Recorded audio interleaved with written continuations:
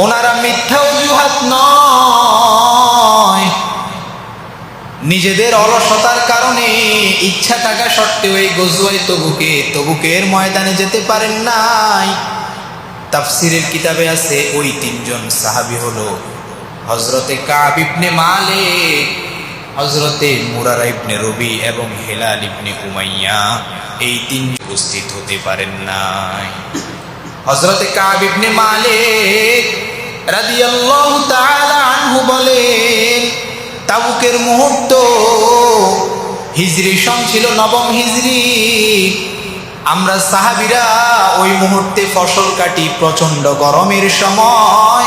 মক্কার জীবনে রাসূলুল্লাহ সাল্লাল্লাহু আলাইহি ওয়াসাল্লাম মক্কার কাফের বেঈমানদের কাছে যখনই দ্বীনের দাওয়াত নিয়ে যেতেন, আল্লাহ তাআলার ওয়াহদানিয়তের দাওয়াত নিয়ে যেতেন, তখন রাসূল সাল্লাল্লাহু আলাইহি ওয়াসাল্লাম বিশেষভাবে তাদেরকে দুইটা কথা বলতেন।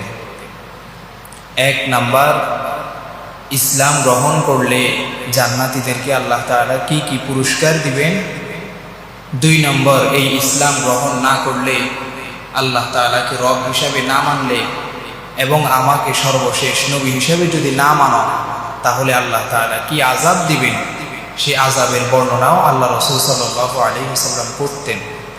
তো মক্কার কাফেরদের একটা বদ অভ্যাস ছিল, আল্লাহ রাসূল সাল্লাল্লাহু আলাইহি ওয়াসাল্লাম যেই মুহূর্তেই তাদেরকে আযাবের কথা বলতেন, যে কবরের আযাব সত্য, এটাকে অস্বীকার করার কোনো কারণই নেই, তখনই তারা বিদ্রূপ করত, ঠাট্টা করত, মজা করত। অর্থাৎ তারা কবরের আযাবকে কোনোভাবেই বিশ্বাস করত না। কোরআনুল কারিমে আছে 26 পারায় সূরা আহকাফে আছে, আতাইদানি আন উখরাজা ওয়া কদ খালাতিল কুরুন মিন ক্বাবলি। এক মা বাবা দিবানিশি তার কাফের সন্তানকে আল্লাহ তাআলার ওয়াহদানিয়তের দিকে দাওয়াত দিতেন।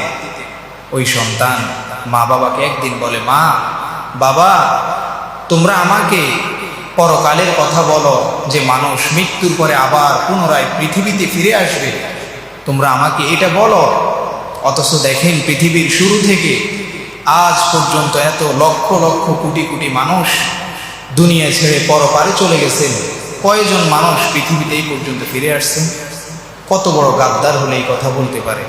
অর্থাৎ তারা মৃত্যুর পর পুনরুত্থান, মানুষ যে আবার পৃথিবীতে ফিরে আসবেন, এটাকে তারা কি করত? অস্বীকার করত। আবু লাহাব আল্লাহ রাসূল সাল্লাল্লাহু আলাইহি ওয়াসাল্লামের প্রচন্ড বিরোধিতা করত। আবু লাহাবের একটা বদ অভ্যাস ছিল, আল্লাহ রাসূল সাল্লাল্লাহু আলাইহি ওয়াসাল্লাম যখনই কোনো কাফেরকে বা মুশরিককে দ্বীনের দাওয়াত দিতেন, আল্লাহর ওয়াহদানিয়তের কথা বলতেন, তা আবু লাহাব পিছন থেকে এভাবে হাত নাড়ত, নিষেধ করত, যে মুহাম্মদের কালিমা গ্রহণ করিও না, এগুলো সব মিথ্যা বানোয়াট। এগুলো বলে পিছন থেকে এভাবে হাত দিয়ে ইশারা করত যে মুহাম্মদের কথা শুনিও না। তা আবু লাহাবের সমবয়সী আল্লাহ রাসূলের যে সমস্ত সাহাবীরা ছিল, ওই সাহাবীরা আবু লাহাবকে বলতেছে, আবু লাহাব, এভাবে হাত নেড়ে যে আল্লাহ তাআলার ওয়াহদানিয়তকে তুমি অস্বীকার করো, রাসূল সাল্লাল্লাহু আলাইহি ওয়াসাল্লাম যে আল্লাহর সর্বশেষ নবী, এটাকে যে তুমি অস্বীকার করো, আল্লাহ চাইলে তো তোমার এই হাত আযাব দিয়ে ধ্বংস করে দিতে পারে। তো যখন এই কথা বলল, পরের দিন সকালে তাফসিরে আছে, আবু লাহাব পরের দিন সকালে ওই যে সমস্ত সাহাবীরা তার সমবয়সী আল্লাহ রাসূলের যে সাহাবীরা তাকে বলেছেন যে আযাব দিয়ে তো আল্লাহ তোমার হাত অবশ করে দিতে পারে, আবু লাহাব তাফসিরে আছে ওই সাহাবীদের কাছে সকালে গিয়ে বলে, দেখো আমার হাত আগের মতোই আছে, আমার হাতের কোনো আযাব আসেনি। এত বড় গাদ্দার ছিল। ঠিক এরকম ভাবে আল্লাহ রাসূল সাল্লাল্লাহু আলাইহি ওয়াসাল্লাম একদিন মক্কার কাফেরদেরকে কবরের আযাবের কথা বলতেছেন, যে ভাই দেখেন, আল্লাহ তাআলা এক এক জাতিকে এক এক ভাবে আযাব দিয়ে ধ্বংস করে দিয়েছেন। হযরত নূহ আলাইহিস সালাতু ওয়াস সালামের উম্মতদেরকে নবী নূহ আলাইহিস সালাম দীর্ঘ সময় দ্বীনের দাওয়াত দিলেন, আল্লাহ তাআলার ওয়াহদানিয়তের দিকে দাওয়াত দিলেন, তারা ঈমান গ্রহণ করলো না। আর সর্বশেষ আল্লাহ তাআলা তাদেরকে ফানির আযাব দিয়ে ধ্বংস করে দিয়েছেন। এরপর হযরত লূত আলাইহিস সালাতু ওয়াস সালামের কওমকে, জাতিকে আল্লাহ তাআলা পাথরের বৃষ্টি বর্ষণ করে ধ্বংস করে দিয়েছেন। তো নবী সাল্লাল্লাহু আলাইহি ওয়াসাল্লাম মক্কার এই কাফেরদেরকে আল্লাহ রসুল সাল্লাল্লাহু আলাইহি ওয়াসাল্লাম এভাবে বলতেছেন আযাবের কথা, ঠিক ওই মুহূর্তে নজর ইবনে হারেস, তাফসিরে আছে তার নাম নজর ইবনে হারেস নামে এক কাফের সর্দার, ঠিক ওই মুহূর্তে যে মুহূর্তে আল্লাহ রসুল কাফেরদেরকে আযাবের কথা বলতেছেন, শোনাচ্ছেন, আল্লাহ তাআলার বাণীগুলো শোনাচ্ছেন, ওই মুহূর্তে সে এভাবে মুনাজাতের মতো দুটো হাত তুলে আল্লাহ তাআলার কাছে বলতেছে, আল্লাহুম্মা ইন কানা হাযাল হুয়াল হাক্কু মিন ইনদিক ফাআমতির আলাইনা হিজারাতাম মিনাস সামা আও ইতিনা বিআযাবিন আলীম। ওই কাফের সর্দার নজর ইবনে হারেস আল্লাহ রসুলের উপস্থিতিতে এভাবে দুটো হাত তুলে আল্লাহর কাছে বলতেছে, আল্লাহ ইন কানা হাযাল হুয়াল হাক্কু মিন ইনদিক, এটা যদি আপনার পক্ষ থেকে সত্যিই হয়, এই আযাবগুলো, যে আযাবগুলো আপনি পূর্বের উম্মতদেরকে, পূর্বের যারা অতিবাহিত হয়েছে আপনার বান্দারা, তাদেরকে আপনি দিয়ে ধ্বংস করে দিয়েছেন, যদি মুহাম্মদের কথা অনুযায়ী আপনার এই আযাবগুলো সত্যিই হয়, ফাআমতির আলাইনা হিজারাতাম মিনাস সামা আও ইতিনা বিআযাবিন আলীম, তাহলে এই মুহূর্তে এখনই আপনি আমাদের উপর আপনার এই আযাব, আসমান থেকে পাথরের বৃষ্টি বর্ষণ করেন, অথবা আপনার কাছে সর্বোচ্চ কোন আযাব আছে ওইটা দিয়ে আমাদেরকে ধ্বংস করে দেন। আমরা আপনার এই ঈমান, আমরা আপনার নবীর ওয়াহদানিয়তকে আমরা অস্বীকার করলাম, আমরা এই কালিমা গ্রহণ করলাম না, আমরা চাই আপনার কাছে সর্বোচ্চ কি আযাব আছে ওই আযাব দিয়ে আপনি আমাদেরকে ধ্বংস করে দেন। নাউযুবিল্লাহ। আল্লাহ রসুলের উপস্থিতিতে এই বেঈমান নজর ইবনে হারেস আল্লাহর কাছে দুটো হাত তুলে এইভাবে বলছেন যে আমি আপনার ওয়াহদানিয়তকে মানি না, আপনার আযাবকে আমি অস্বীকার করি, যদি আপনার কাছে আপনি এভাবে আযাব দিয়েই থাকতে পারেন তো তাহলে আপনি আমাদেরকে আযাব দিয়ে ধ্বংস করে দেন, আমি আপনার নবীর কথা মানলাম না। ফাআমতির আলাইনা হিজারাতাম মিনাস সামা আও ইতিনা বিআযাবিন আলীম, হয়তো আপনি আমাদের উপর পাথরের বৃষ্টি বর্ষণ করেন, না হয়তো এর চাইতে সর্বোচ্চ কোনো শাস্তি, কোনো আযাব যদি আপনার কাছে থাকে তাহলে আপনি সেটা দিয়ে আমাদেরকে ধ্বংস করে দেন। কত বড় গাদ্দার ছিলেন! এই জন্য জবানে কথা বলতে সর্বোচ্চ সতর্ক থাকা উচিত। আমরা তো মুখে কথা আসছে তো বলে ফেলছি, হাসি রসিকতার ফলে অনেক সময় অনেক কথা বলে ফেলি, অথচ জবান মানুষের অত্যন্ত গুরুত্বপূর্ণ একটি নিয়ামত। মনে রাখবেন, এই জবানের এক কথায় কাফের কালিমা পড়ে ঈমানওয়ালা হয়, আবার এই জবানের এক কথায় মুমিন ঈমানওয়ালা আল্লাহকে অস্বীকার করে কাফের হয়। এই জবানের এক কথায় আপনার অপরিচিত হারাম একজন মহিলা আপনার জন্য হালাল হয়, এই জবানের এক কথায় আপনার হালাল স্ত্রী আপনার জন্য হারাম হয়ে যায় তালাক শব্দ বলার কারণে। এই জবানের এক কথায় আসামি বেকসুর খালাস হয়, আবার এই জবানের এক কথায় স্বাধীন মানুষ আসামির কাঠগড়ায় চলে যায়। এই জবান বড় দামি জিনিস। এই জবানে কথা বলতে সর্বোচ্চ সতর্ক থাকা উচিত। আমাদের অনেক সময় দেখা যায় অনেকে হাসি রসিকতার ফলে কোরআন নিয়ে, হাদিস নিয়ে, ওলামা ইকরাম নিয়ে, ইমাম নিয়ে, খতিব নিয়ে, মুয়াজ্জিন নিয়ে, মসজিদ নিয়ে, মাদ্রাসা নিয়ে আমরা হাসি রসিকতার ফলে অনেক সময় অনেক কথা বলে ফেলি। পরবর্তীতে জিজ্ঞাসা করলে বলা হয়, আমি তো এত কিছু চিন্তা করে বলি নাই, আমি তো হাসি রসিকতার ফলে এই কথাগুলো বললাম। না, হাসি রসিকতার ফলে আপনি এভাবে ইসলাম নিয়ে অথবা যেগুলো ইসলামের পরিচয় বহন করে এমন জিনিস নিয়ে আপনি হাসি রসিকতার ফলে কথা বললে আপনার ঈমান থাকবে না।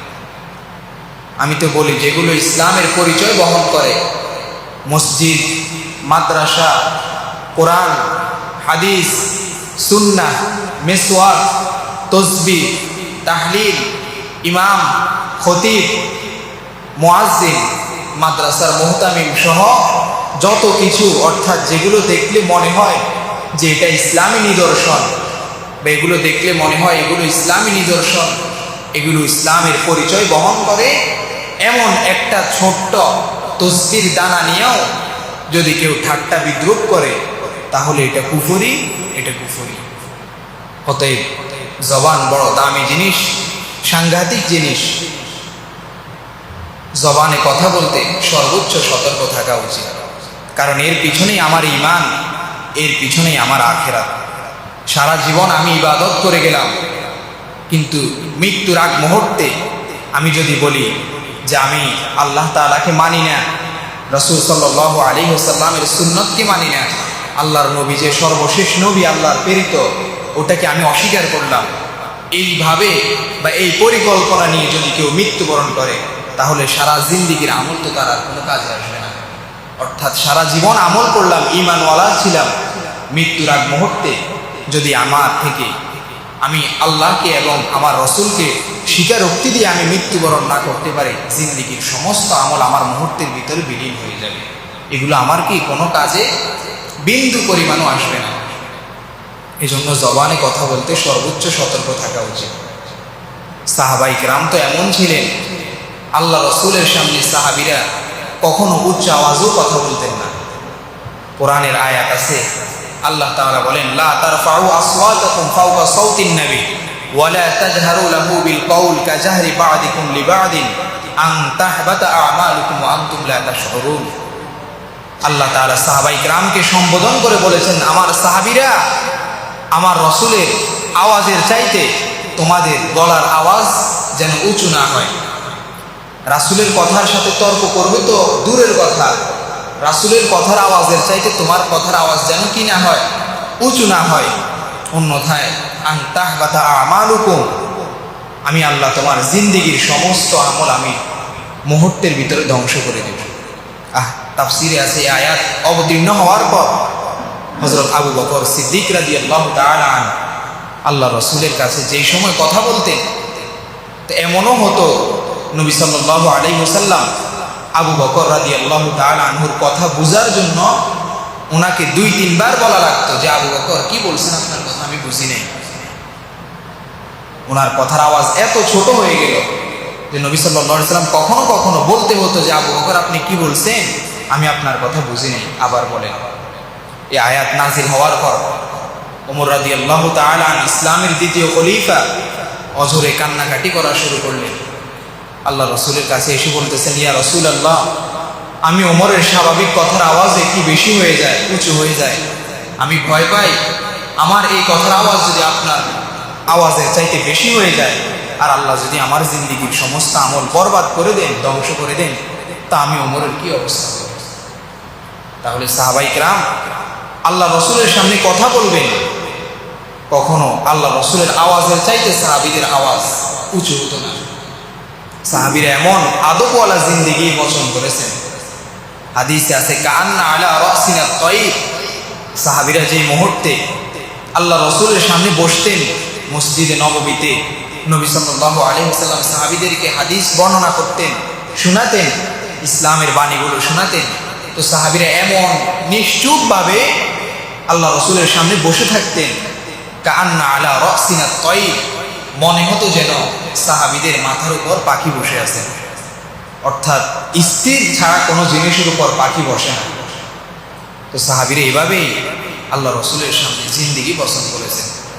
নবী সাল্লাল্লাহু আলাইহি ওয়াসাল্লামের অন্যতম একজন সাহাবী হযরত আবু হুরায়রা রাদিয়াল্লাহু তাআলা আনহু, ওনার ব্যাপারে আছে বুখারী শরীফ, উনি হাদিস বর্ণনা করেছেন যে উনি মাত্র আল্লাহ রসুলের কাছে 3 বছর ছাত্র হিসেবে আল্লাহ রসুল থেকে হাদিস বর্ণনা করছেন বা নবী সাল্লাল্লাহু আলাইহি ওয়াসাল্লামের সোহবতে থেকেছেন। ওনার বাড়ি দাউস, ইয়ামানের দাউস গোত্রের। উনি ওইখান থেকে আল্লাহ রসুলের কাছে এসে ঈমান গ্রহণ করে আজকে এত ব্যাপক পরিচিতি লাভ করেছেন। যেই সমস্ত সাহাবীরা আল্লাহ রসুল থেকে হাদিস বর্ণনা করছেন, ওই সাহাবীদের মধ্যে উনি সবচাইতে সর্বাধিক আল্লাহ রসুলের কাছ থেকে হাদিস বর্ণনা করছেন। সিহাসিত্তা হাদিসের কিতাবগুলো বুখারী শরীফ বলেন, মুসলিম শরীফ বলেন, তিরমিজি শরীফ বলেন, নাসাই শরীফ বলেন, ইবনে মাজাহ শরীফ বলেন, আবু দাউদ শরীফ বলেন, হাদিসের প্রতিটি পৃষ্ঠায় প্রতিটি পাতায় ওনার থেকে হাদিস পাওয়া যায়। আন আবি হুরায়রা রাদিয়াল্লাহু তাআলা আনহু قال قال النبي صلى الله عليه وسلم عن ابي هريره رضي الله تعالى عنه قال قال النبي صلى الله عليه وسلم। হাদিসের প্রতিটি পাতায় ওনার নাম পাওয়া যায়। এই শ্রেষ্ঠত্ব অর্জন করেছেন উনি খেয়ে না খেয়ে আল্লাহ রসুলের দরবারে পড়ে থাকতেন। তাফসিরে আছে, হাদিসে আছে, আবু হুরায়রা রাদিয়াল্লাহু তাআলা আনহু আল্লাহ রসুলের দরবারে পড়ে থাকতে থাকতে ক্ষুধার যন্ত্রণায় মসজিদে নববীর বাইরে বারান্দায় উনি গড়াগড়ি করতেন। তো অন্যান্য সাহাবীরা দেখলে মনে করতো যে ওনার মৃগী রোগ বা খিঁচুনি রোগ, এই কারণে উনি হয়তো কি মসজিদে নববীর বাইরে উনি গড়াগড়ি করতেছেন। আল্লাহ রাসূল সাল্লাল্লাহু আলাইহি ওয়াসাল্লাম যখন দেখলেন, আবু বকর হযরত আবু হুরায়রাকে বলল, আবু হুরায়রা তোমার কি হয়েছে? আবু হুরায়রা বলতেছেন, ইয়া রাসূলুল্লাহ, আপনার দরবার আমি ছাড়তেছি না মুহূর্তের জন্য। আমি ক্ষুধার যন্ত্রণা, আজকে 2-3 দিন খানা নাই, আমি এরপরও আপনার মসজিদে নববীতে পড়ে আছি, যেন আমি আবু হুরায়রার একটা হাদিস আপনার কাছ থেকে ছুটে না যায়। আল্লাহ রাসূল হযরত আবু হুরায়রাকে নিয়ে ঘরে গেলেন। আয়েশা সিদ্দিকা রাদিয়াল্লাহু তাআলা আনহা বললেন, আয়েশা, ঘরে কি আছে আমি আমার আবু হুরায়রাকে খাওয়ার জন্য? আবু হুরায়রা আজকে কয়েকদিন যাবত উপবাস, কোনো খানা আবু হুরায়রা খায় নাই। আম্মা জান আয়েশা সিদ্দিকা রাদিয়াল্লাহু তাআলা আনহা একটা পেয়ালা দুধ ভর্তি ছোট পেয়ালার মধ্যে দুধ এনে আল্লাহ রাসূলকে দিলেন। ইয়া রাসূলুল্লাহ, এই এক বাটি পেয়ালা দুধ ছাড়া আমার কাছে আর অবশিষ্ট কোনো কিছুই নেই। হযরত আবু হুরায়রার কাছে যখন আল্লাহ রাসূল দিলেন, তা আবু হুরায়রা পান করবেন, এই মুহূর্তে আল্লাহ রাসূল বললেন যে, আবু হুরায়রা, এই এক বাটি দুধ তুমি একা পান করলে হবে না, আমার আসহাবে সুফফার আরো 80 জন তালিবুল ইলম সাহাবীরা আছেন, মুহাজির সাহাবীরা, তাদেরকে সহ তুমি সহ 81 জন এই এক বাটি পেয়ালা দুধ পান করো। আবু হুরায়রা আশ্চর্য হয়ে গেলেন যে এক বাটি দুধ 81 জন মানুষ আমরা কিভাবে পান করব? তো আল্লাহ রাসূলের কাছে যখন আবু হুরায়রা বললেন, আল্লাহ রাসূল বলল, তুমি এক এক সবাইকে আসহাবে সুফফার 80 জন তালিব ইলম সবাইকে আগে পান করাবা, সর্বশেষ তুমি পান করবা। হাদিসে আছে আবু হুরায়রা রাদিয়াল্লাহু তাআলা আনহু আসহাবে সুফফার 80 জন সাহাবী সবাইকে এক এক করে দুধ পান করানোর পরে নিজে পান করলেন। এরপরও দেখেন, নিজে তৃপ্তি মতে পেট ভরে দুধ পান করার পরেও দেখেন এখনো পেয়ালার মধ্যে অবশিষ্ট দুধ অনেকগুলোই দেখা যায়। এরপর আল্লাহ রাসূলের কাছে দিলেন, নবীজি নিজেও দুধ পান করলেন। আবু হুরায়রা এরপরে বলেন, ওই দিন আল্লাহ রাসূল যে পেয়ালা ভর্তি দুধ আমাকে দিয়েছেন, ওই দুধ যদি আমি আল্লাহ রাসূলের কাছে না দিতাম, অর্থাৎ আমার পরে যদি লক্ষ লক্ষ সাহাবীরাও ওই দুধ পান করতো, ওই পেয়ালার দুধ শেষ হতো না। সুবহানাল্লাহি ওয়া বিহামদিহি। এই জন্য জিন্দিগির পরিবর্তনের সিদ্ধান্ত যৌবনকালেই নিতে হয়। আমার শায়েখ আল্লামা আনিসুর রহমান আশরাফি হাফিজাহুল্লাহ রাহা হুজুর একটা কথা বলেন যে, সকালবেলা সূর্য উঠে ওই মুহূর্তে সূর্যের তেজ কম থাকে, আবার বেলা শেষে দিনের শেষে যখন সূর্যটা ডুবে যায়, ওই সময়